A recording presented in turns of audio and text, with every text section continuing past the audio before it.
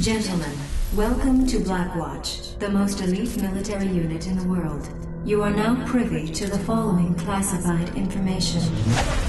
Voilà, donc on est avec Dave Fracchia de Radical Entertainment. Hi Dave. Hello. So I'm gonna show you some pictures and you're gonna tell me what comes in mind about them.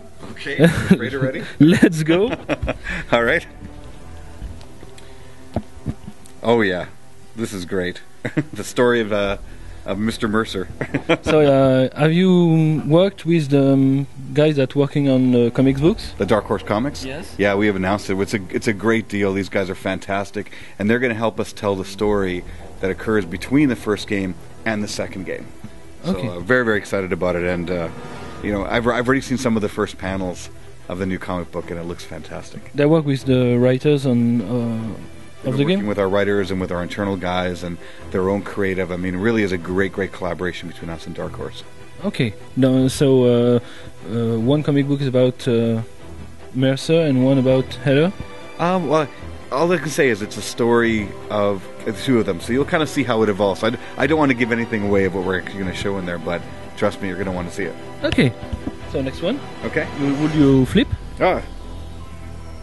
I love the tendril powers in Prototype 2, and that's a great one. I mean, our great new powers and ability in the game, and the tendril one is so visceral and so visual, right? When the tendrils come out of Heller and they attach to someone, either viscerally kind of draw and quarter them, or you get that great black hole effect. I mean, it feels like something so new. And especially when you have the tendrils that are left in the world, and you can have an intersection where there's cars and vehicles up in the tendrils, and infected and soldiers ripped apart in the tendrils, and it's just such a visual experience. It's Like a spider web. Oh, I guess so. Well, nothing like I've seen, that's for sure.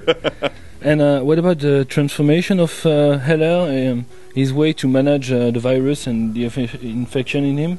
Oh yeah, because the blacklight virus infects everyone in a different way. And so in this case, what makes it really unique is that Mercer has infected Heller. So he certainly has adopted some of those powers, like the claws and the blade arm and the whip fist and the hammer fist and so on. But of course, he's kind of adopted and modified him his own way. And then of course his own modification or creation of the tendrils. So he is kind of his own unique prototype. Okay. All right.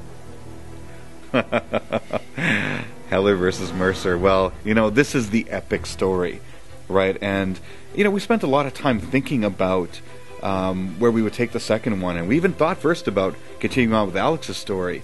But he has such godlike powers that to go any further almost went into pure fantasy, and to take them away wasn't fair. So when we realized that the star of Prototype was the blacklight virus, we knew that we really had to look at how it infected someone else. But when we did, we thought, how does he become the prototype? And the idea of having Mercer create the next prototype out of him, I mean, someone who Heller hates, who he blames for the death of his family to the virus, you know, is both ironic and, you know, it actually makes you wonder what is going on, right? And that's what we want the players. We want the players to be so interested in what is happening in the story. What is the collision between the story of where Heller's going and where Mercer is going, and how does that lead to an ultimate climax between the two? Right, that's what makes it so interesting and so powerful. And right here, it's so set up like a Heller versus Mercer kind of, you know, UFC battle. It's quite incredible. And that's there are two stories in the game. So you have the stories about Mercer versus Heller and Heller versus the Blackwatch. Oh yeah, because of course, you know, there's the A story. For us, the A story is the interaction between Heller and Mercer, but the B story is what are Blackwatch and Gentek doing in these zones? Right, and you've got three very, very distinct zones, and that's kind of the B story that really creates more and more interesting context around the other story, and actually has an influence as well as it comes in and out of that story. So again, you know, it makes it for a much richer, fuller experience. Okay. All right. So my question: Yep. Why New York, and why not another city like Los Angeles or? Right. So there's multiple reasons, right? I mean, we first started in New York because it's such an iconic city. Right, for a worldwide game, everyone knows New York, and its landscape was great for being able to have our ultimate kind of parkouring over. The other part of it was just this population. We wanted density, right? We wanted a lot of quantity in the game, so that's how we started that way. The reason we went back to it was we didn't finish there. You know, Mercer reconstituted on the shores of Manhattan. You know, the virus is still in existence. We hadn't finished that story. To leave it just because, To leave it because we were worried about being criticized for going back to New York was not the right reason. But we did know is we could take New York further. You know, like any story, when an infection breaks out, it changes the environment. And in this case, it's changed it very radically with the 3 zones. You know, you got part of the former Manhattan from the first game. It has now become this viral wasteland where war is being waged between the military, Blackwatch, and the infected.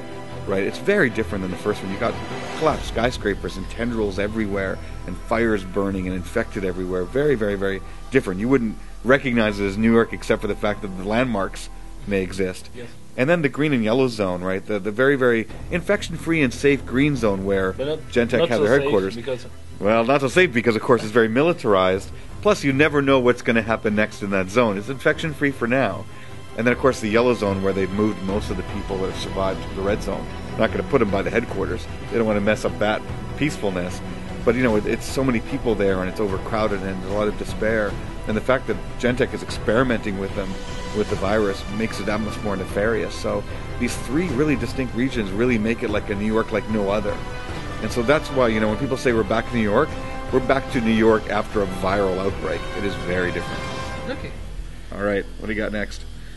The last one? Of course, the open world gameplay. Yeah. You know, to make a great open world game, the world has to be alive, right? You have to have a reason to want to go into the open world. If your open world is dead, then really what's the point of even doing it? What's the point of going beyond the story, right? The reason the story is interesting, it drives you through the zones. It progresses you in terms of your major powers. That's why it's great going in there. But once you have them, being able not only to go into the open world and do open world missions, which give you more of that B story, right? Which give you that context and give you these great mutations that you can use to customize your character.